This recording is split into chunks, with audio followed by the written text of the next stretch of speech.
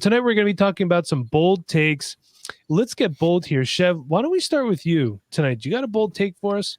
Yeah, so I'm going with the guy that 2 years ago was an absolute stud, came out of nowhere out of Penn State. We're going to go with Chris Godwin, returns to being a wide receiver one this upcoming season. I think that dynamic with him and Tom Brady is going to come back. They got 1 year together last season. I don't think it really connected as well due to Godwin being injured and the COVID protocols and whatnot. So I think Chris Godwin takes a big step this season. I actually think he leads Tampa Bay in receiving yards, and he's the wide receiver one there this upcoming season. So I really, really hope Godwin has a really great year. I think he's got all the intangibles to do so as long as he can stay healthy. I know right before the pod I checked him and he had a quad issue come up. So not a great start for the bold prediction, but I still have faith in him as he can put up big numbers quick. I don't hate that, to be honest with you. Pork and I were actually talking before the show about how people are just down on Chris Godwin because, Antonio Brown's looking good, blah, blah, blah. But I don't hate that. I can understand based on the, how things are looking on Twitter and how people are talking about him, why that would seem bold. I think it's very plausible. Can I piggyback one of my bold takes off of yours? Because they kind of go hand in hand. I'm saying that Tom Brady finishes as a top 10 fantasy quarterback.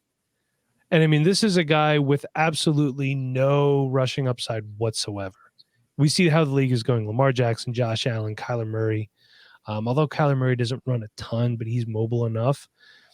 But I just think, you saw what happened once that offense clicked. They didn't lose a game for the rest of the year after they lost to Kansas City. Tom Brady's got this offense down pat.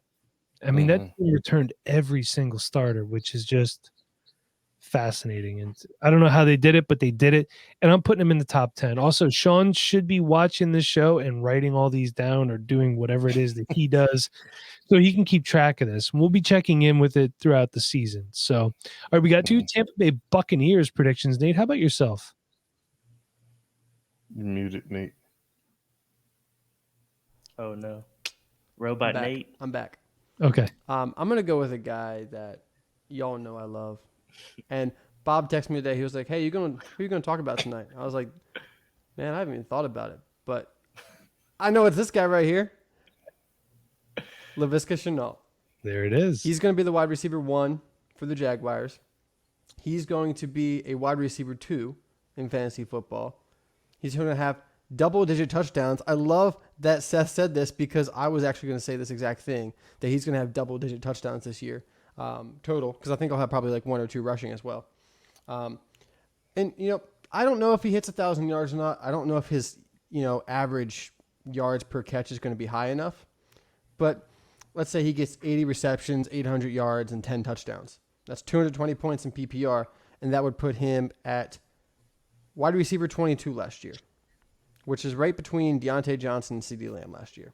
And I think that's a great spot for Laviska this year, especially with a rookie quarterback who's going to be having his ups and downs. I think Laviska Shenault finishes as a wide receiver 2, probably like around that 20 spot. There's a lot of good guys out there with better offenses, but Trevor Lawrence is going to come into town. He's going to elevate that offense, and by the end of the year, that connection is going to be incredible. I love it. I got a bunch of Laviska in my seasonal leagues. People were just leaving him to die out there in the draft, man. And I'm like, I love him for redraft. I love him for Dynasty. I would love him for redraft. I think he's a guy that you could say I like him in all formats. Yeah. They have to throw the football a lot, too. I mean, they're not going to be doing too much rushing. They're going to be down a lot as well. So I think him just being as dynamic as he is could bode well for him, too. Yeah. Question for you guys before we move on. Jacksonville question. Are you trying to acquire any Travis Etienne right now? Are you concerned about that injury? No. Are you trying to move him if you have him anywhere? I am trying to move him. Anyone holding? I have him in a few spots. I'm just kind of holding right now. I don't want to hold. If I hold, I won't be too upset. But I think I have him in 2 spots, and I would like to get rid of him if I can. I'd like to move him for a piece that will help me win this year and still have a little bit of value next year. I'm really concerned that Etienne is, he'll struggle next year coming off the injury.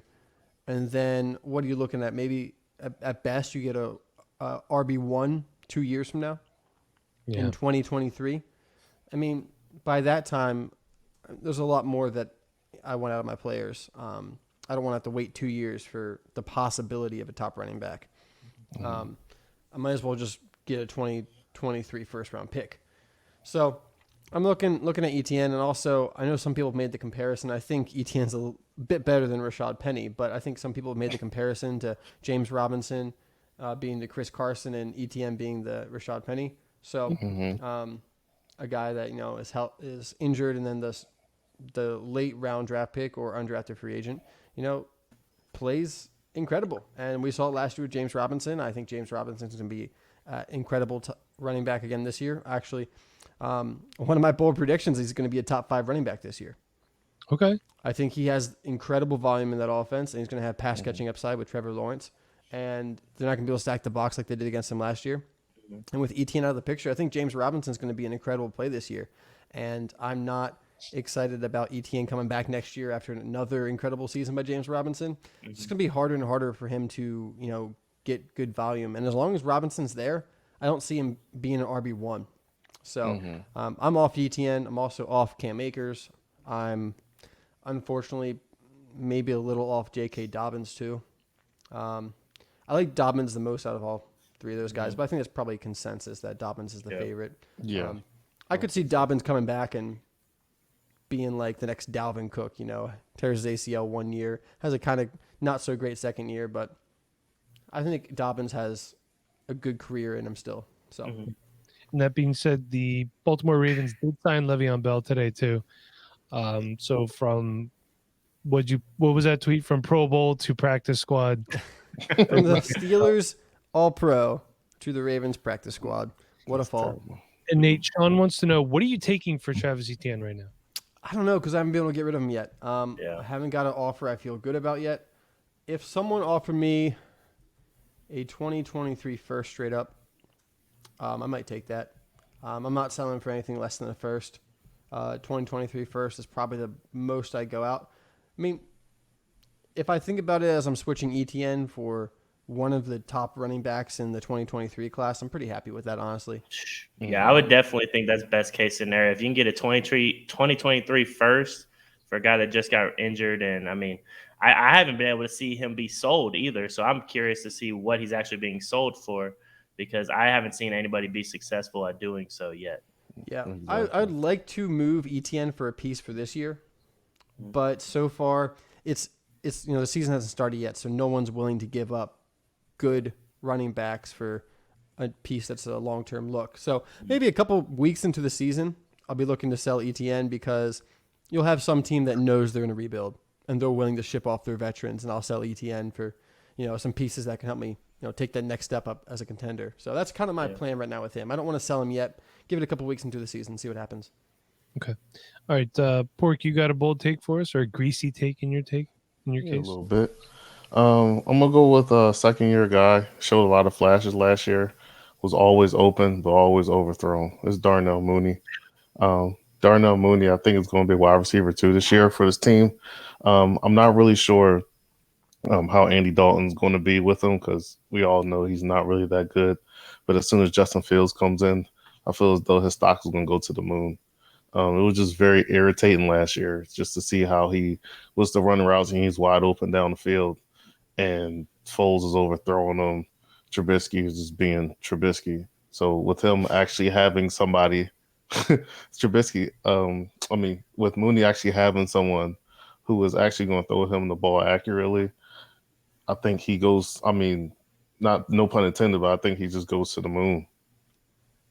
Yeah, I have Mooney also on my list as a wide receiver too. I've been talking about him ever since he's been drafted and the Bears started actually using him and throwing to him. But I think the upgrade at quarterback and having Fields is going to be great. But I think Andy Dalton too could also be a good piece into his career as well. I don't think it's going to be as high as it will be with Fields, but I still think Andy can drive the ball down to him better than what Trubisky did. So I'm excited for Mooney in all aspects, man. I think he's going to be great. He doesn't get the coverage that Allen Robinson's going to see, so I think it's going to be very exciting, especially when Fields rolls out and Mooney can just keep running around and make plays. So I'm excited for Mooney this season, man. I'll tell you what, let's kind of piggyback off that one as well. We do have some bold predictions from some listener of ours. Let's find one here. Seth already did his. Chenault has 1,200 and double-digit touchdowns. He talked about that earlier. Adam Boyer, Justin Fields is a top 8 quarterback on points per game once inserted as the starter. Thoughts on that, Chef? I mean, I can see it. The rushing ability is there. He's going to be running for his life most of the time, though, so that kind of scares me a little bit with his production just because that line is so bad. I mean, with the rushing upside, there's always a possibility that he can sneak up into that echelon of quarterback. So I think it's there. I think they have Allen Robinson there. They have Mooney. They have some good pieces around him that he can throw to. He can throw the balls to Montgomery coming out of the backfield as well. Exactly. So I think the possibility is definitely there. The only thing that scares me is that line might not be as good as people are wanting it to be. Okay. Right. Right. But I think the point of the line not being as good as it wanted to be actually kind of helps him for fantasy because that kind of forces him to roll out and do what he needs to do for, just for those Konami code, they call it, rushing yard points. Let's go through a couple here from our resident IDP guy, Bob Van. Brandon Ayuk, T. Higgins, Darnell Mooney, wide receiver 2 or better. I don't know if that's wide receiver 2 overall or that they are wide receiver 2s. Not really wide sure. receiver 2s probably. I don't know how bold that is. To be honest with you, I mean, Mooney's being drafted as like the 55th wide receiver right now. Yeah, so, that's I mean, a steal, man. that's a steal and a half. well, I think the one that's turning me off of that one is Brandon Ayuk and T. Higgins as wide receiver 2s better. Like, I think they're being drafted in some cases as wide receiver 1s on that spot, on specific teams. So that part I don't think is so bold. To be honest with you, I don't think Darnell Mooney is a wide receiver 2 is that bold either. I think he's going to smash, man. I really do, even with Andy Dalton. Yeah, I just don't think he's going to be compared to enough. ADP, yeah. Okay, I don't think he's going to be consistent enough to be a wide receiver 2 throughout the entire year. He's definitely going to have some wide receiver 2 games. Yeah. But I think at the end of the year, just because of, Andy Dalton, rookie quarterback, even though Justin Fields is great, I think at the end of the year, his total is probably going to put him around wide receiver 35, let's say, or something like that. All right. Well, I'll tell you what. We're gonna finish talking about Bob's bold takes in a minute, but I'm just too excited. I can't wait anymore. Hey, listen, have you missed out on drafting some of your favorite players in your home leagues? Just go draft them on Underdog. You didn't get your favorite player? That's okay. You can go to Underdog and you get $25 free when you sign up and deposit $10, and you can draft 5 free teams in the puppy. This is for Chevin's new wife, Melissa. I'll tell you what, man, she is all about Underdog. She is absolutely hype, as they say, that it's in Arizona. So you can draft your favorite player up to 5 times. Plus, you always get the best scores in your lineup. You do not have to worry about benching your favorite players. I mean, talk about just a format that's amazing. You know what I mean? Draft, you don't do anything. I don't know if do you guys know if Underdog does waiver wire pickups? I know some best ball leagues do that. I think that's only I think that's only on Sleeper. That's not on Underdog.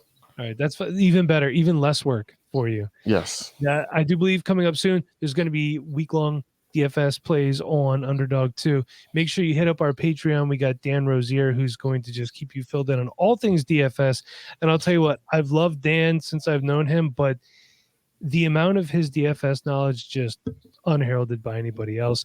And I would also be remiss to talk to you about Dynasty Owner. You want to make sure you head over to dynastyowner.com. Okay, now all the live drafts are going to be ending within the next few days.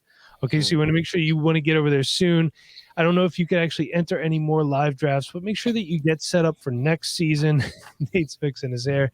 And make sure that you tell them that the Dynasty Rewind crew sent you over there, and they will take really good care of you. So let us go back and finish up Bob's bold predictions. Justin Jefferson and CeeDee Lamb, wide receiver 1s. Yeah.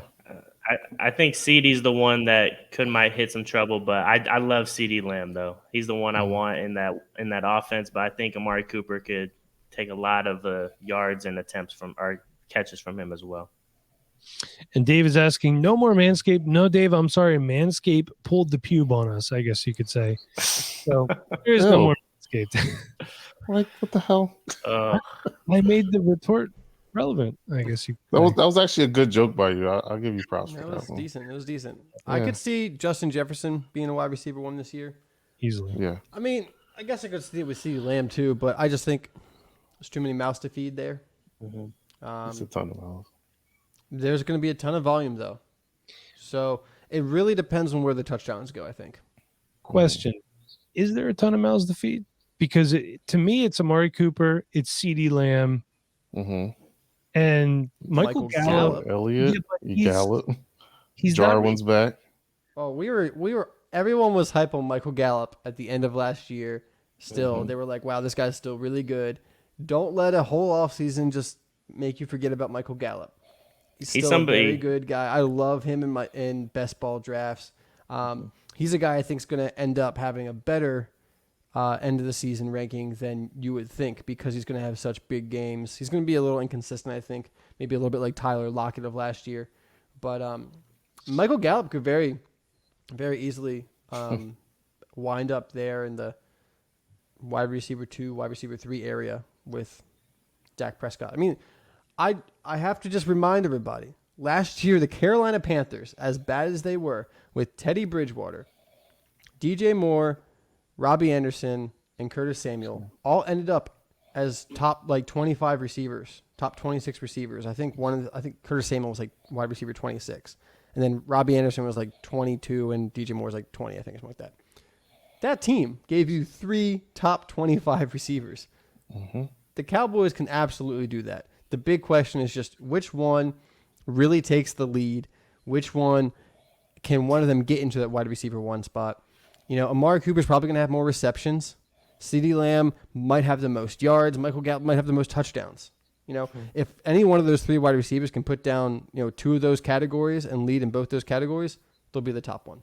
Yeah. I want Gallup everywhere in Dynasty as well. Go grab him. He's going to be super cheap, and he will definitely not be this cheap next season, I'm guessing. Yep. I think he's going to be a free agent next year, and he could. Yeah, he's going to a different team, so he's going to get that contract and eat somewhere else. Probably Detroit because they need receivers. Hey, put him on the Packers next year when Devontae Adams leaves. I can't trust Gunther Kuntz. But Aaron Rodgers is probably gone too, though. That's true. Hey, Jordan Love going to Michael Gallup? Come on, it's like look, something. The Cowboys do have their quarterback of the future. They did sign Will Grier, so they're going to be good there for the next few years. Hey, remember when Will Grier was supposed to be a thing? Him and Jarrett Stidham. That was fun times for fantasy football. Remember when Jacob Eason was supposed to be a thing? Hey, listen. Hey, he's a backup. I'll take it. Sam Ellinger just being talked about as a quarterback in the NFL made me sick to my stomach, man. He's actually trash. He's trash. Who would you rather have, Sam Ellinger or Kyle Trask? Kyle Trask. Who would you rather have, Sam Ellinger, or would you rather have Steven Montez? Those are 2 of the worst college quarterbacks I've watched on tape. Sam Ellinger still.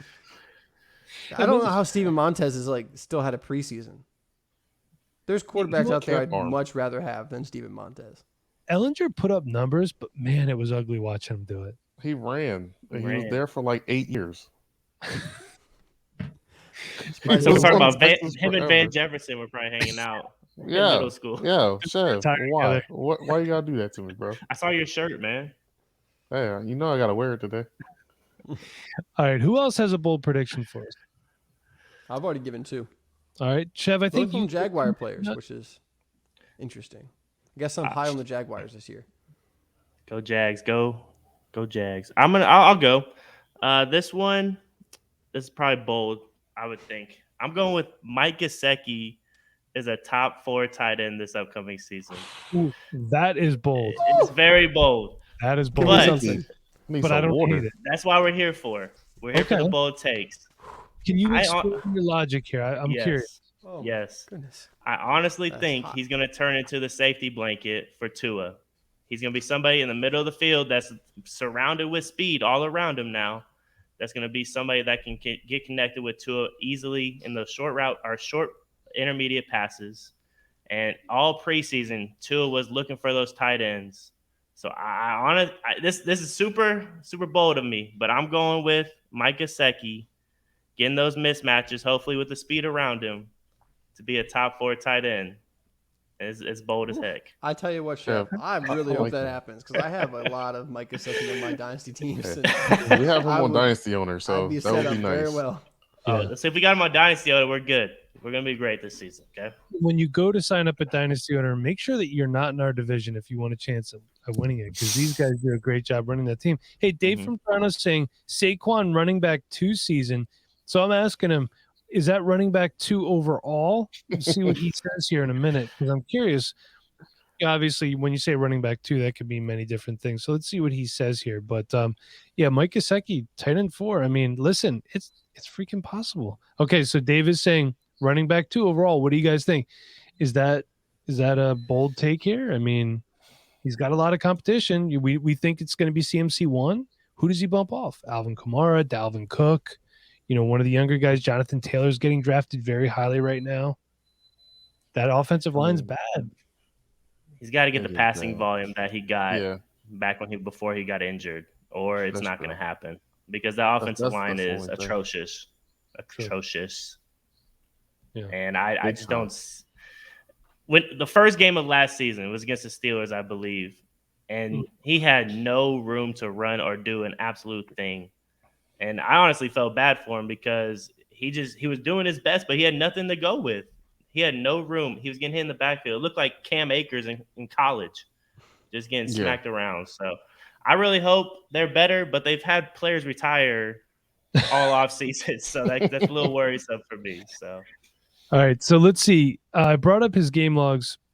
He did play in just 2 games last year, but the game that Chev's talking about, 15 carries for 6 yards, no touchdowns. 9 targets, 6 catches for 60 yards. And then his next game, 4 carries for 28 yards, no targets. And a torn ACL. Unfortunately. Yeah. Yeah, it stinks.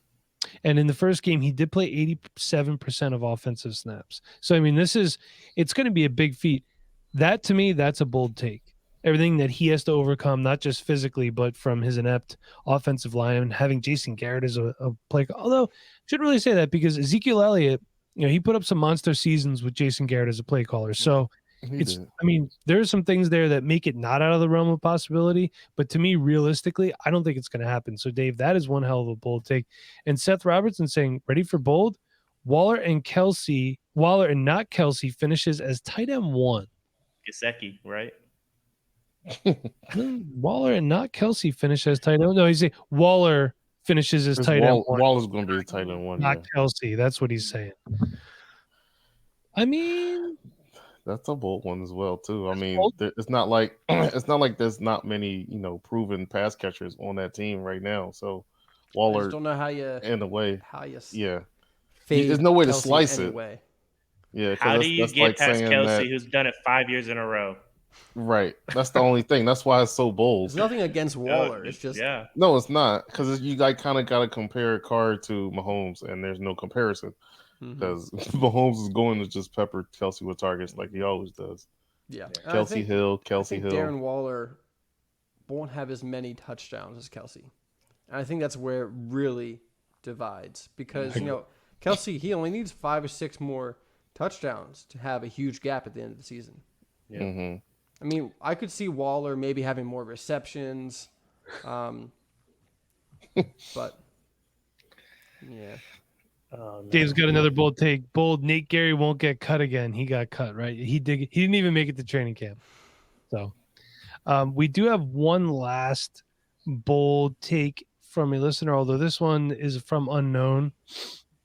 I don't know if it's actually that bold or not, because I could see it happening. Austin Eckler has a better 2021 than Saquon Barkley.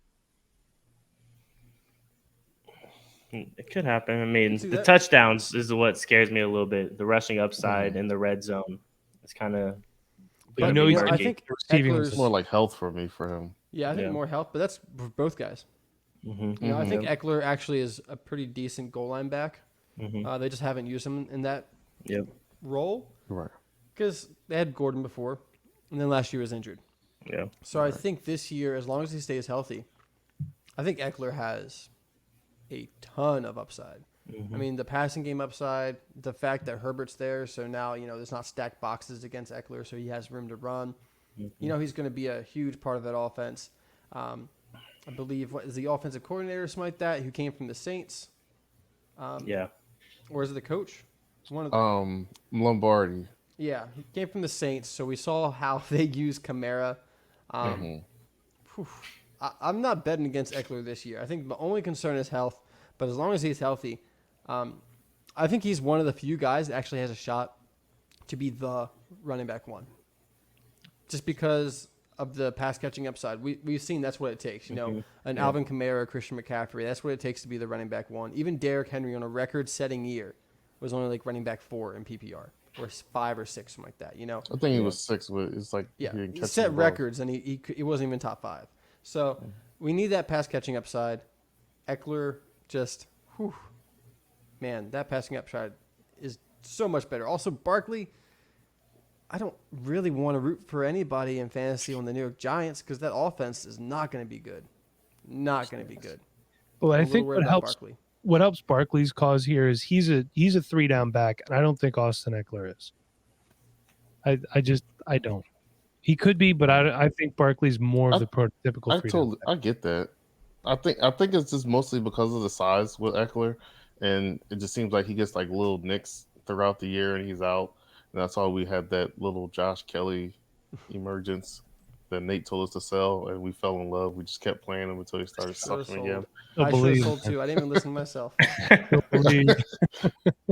But yeah, I think that's just the main reason. It's like I want to like Eckler. It's just the fact that he keeps getting hurt, and I just need to see some more consistency. Like, you know, we always we listen to Bob Long, and he preaches consistency, and some of the stuff that he says just makes a lot of sense. If you got to be on the field to be consistent, if you're not on the field, we're just going to look elsewhere and look at guys like Saquon Barkley, who was, you know, he was healthy before, but until he got his ACL injury.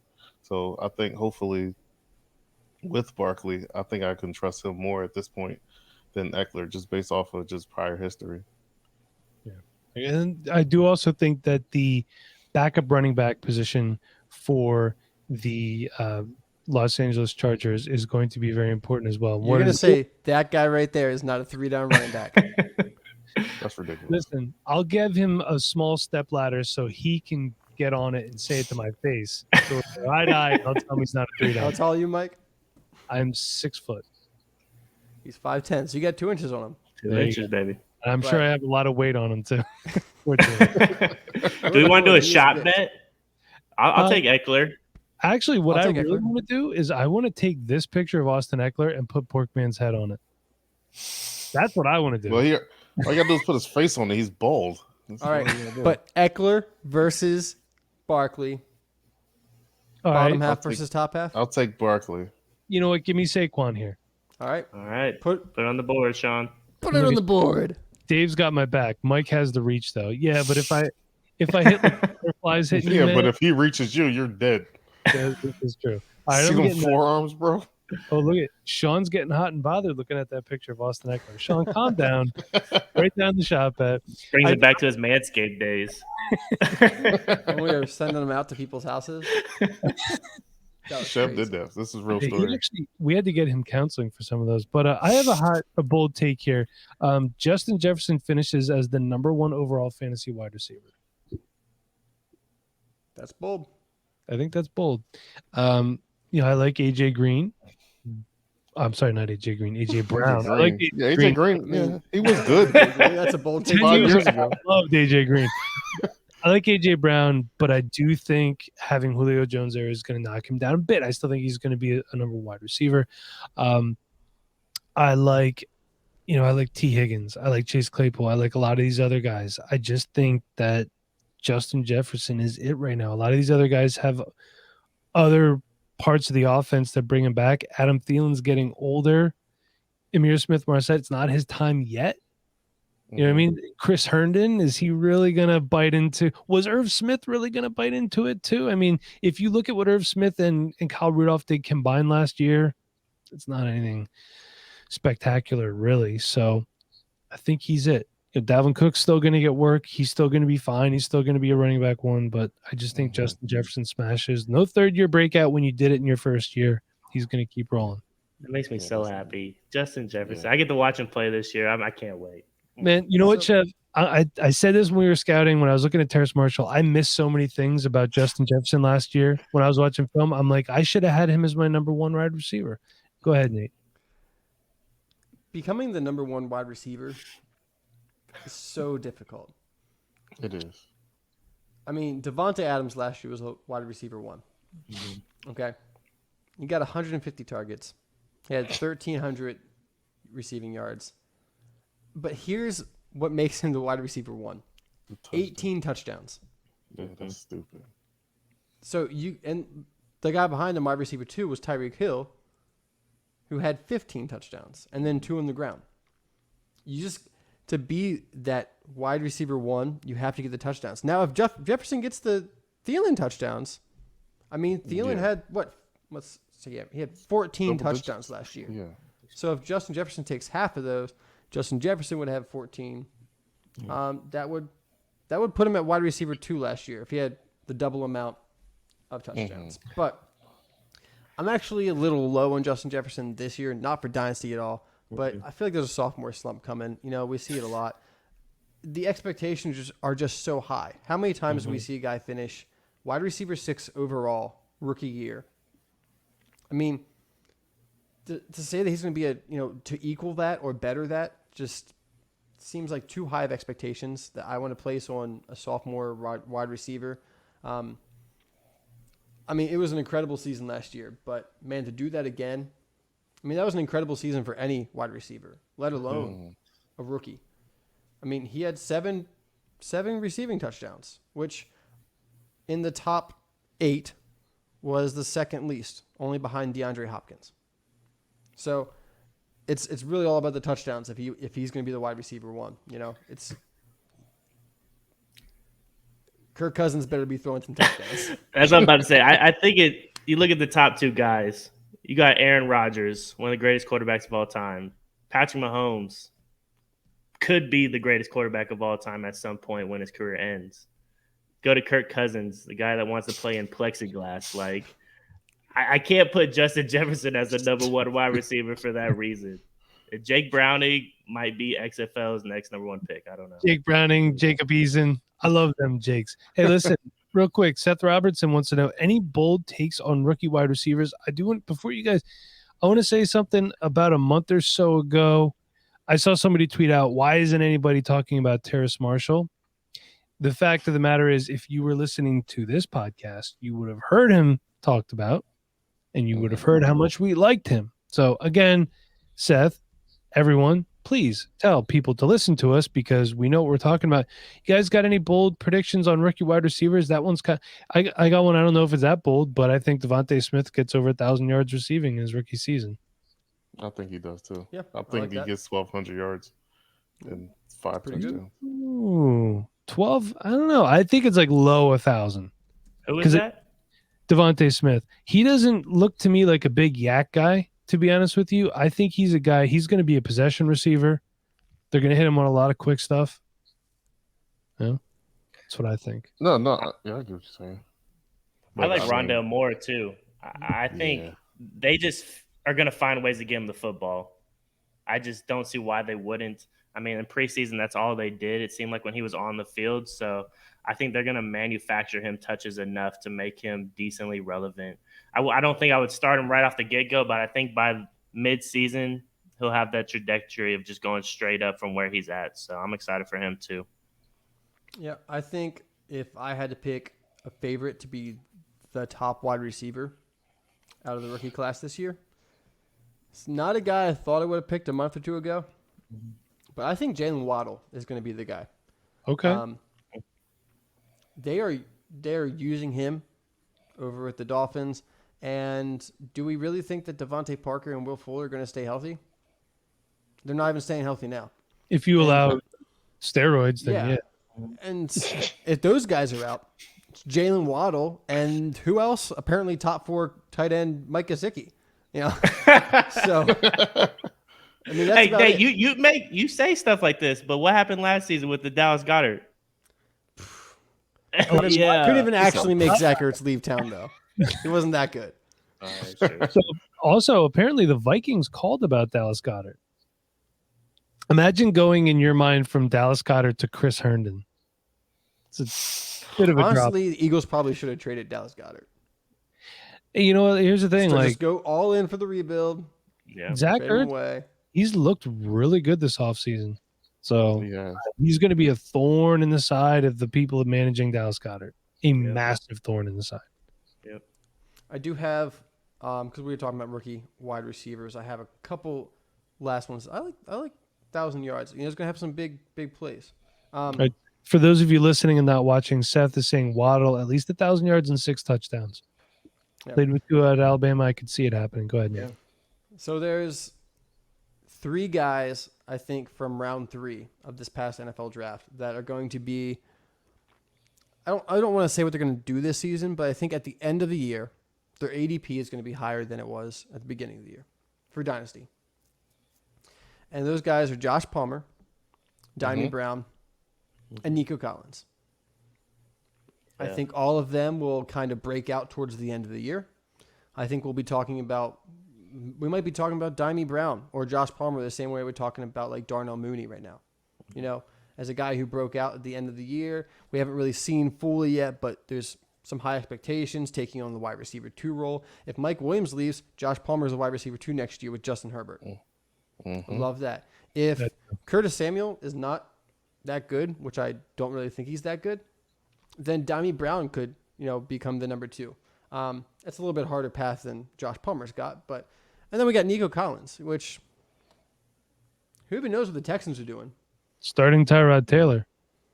Ugh. But Nico Collins is one of the few good things about that offense long term. Can you throw in Amon-Ra long-term. St. Brown as well?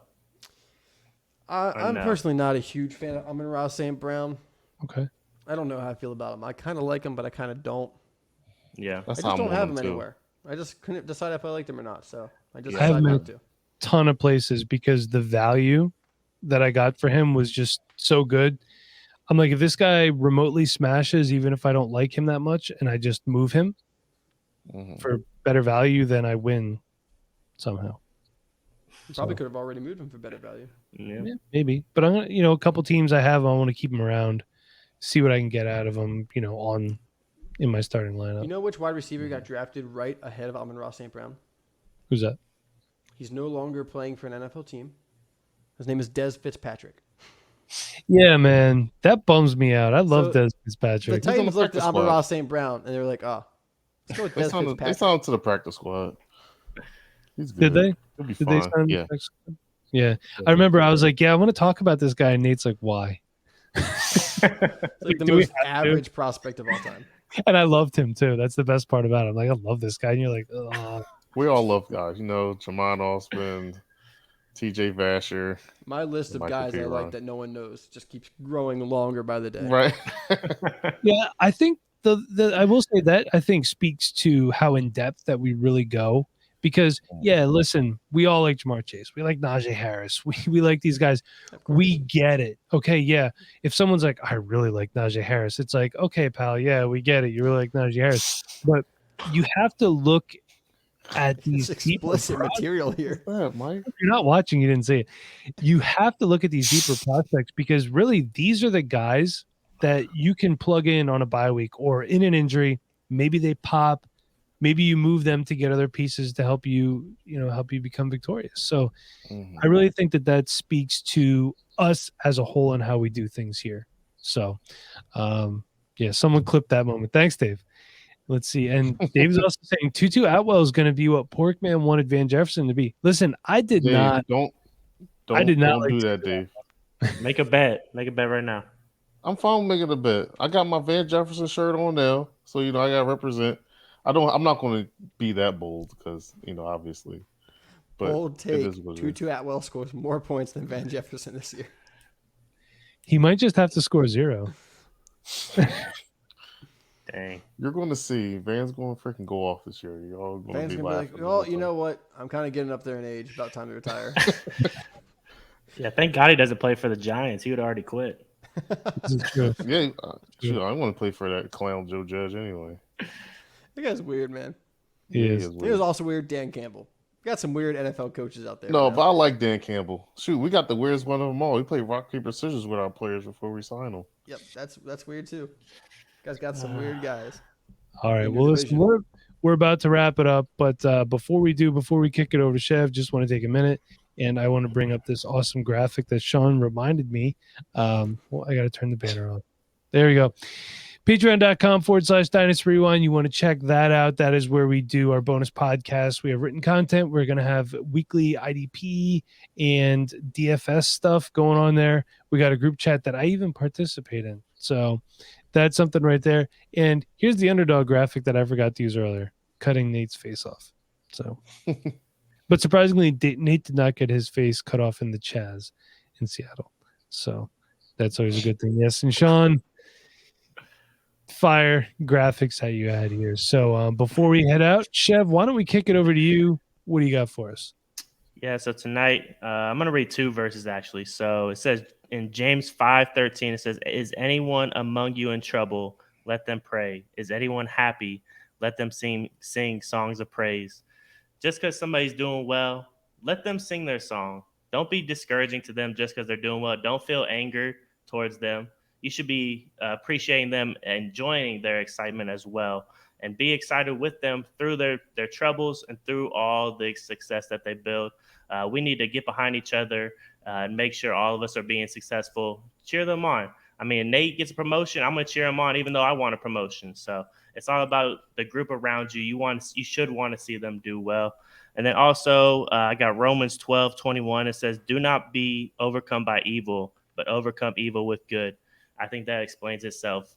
Be good, do great things, and be good to the people around you. All right, Chev, I love it. Great words from a great man, like I say every week. So, Chev, until next week, we got first week of the NFL season coming up. I am excited. I know you all are. But, Chev, until then, where can we find you?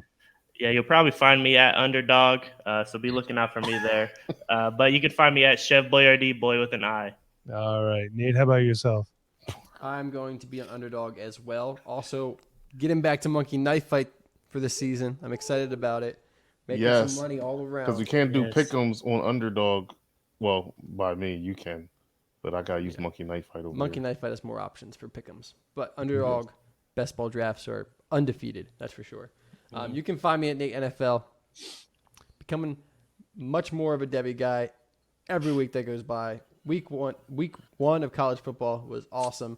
Got Porkman and Mike becoming Debbie guys. Just got to work on Chef now. It wasn't fair. I didn't know about Kenneth Walker, man. He got 50 points. I have him on the bench. Fix that. It's okay. Sean, he had 4 tight ends on his entire team. And they all scored 0 points. So. Oh, wow. I got some quarterback on my roster. I don't know who it was. Maddie told me to draft him. He got like almost 60 points on my bench.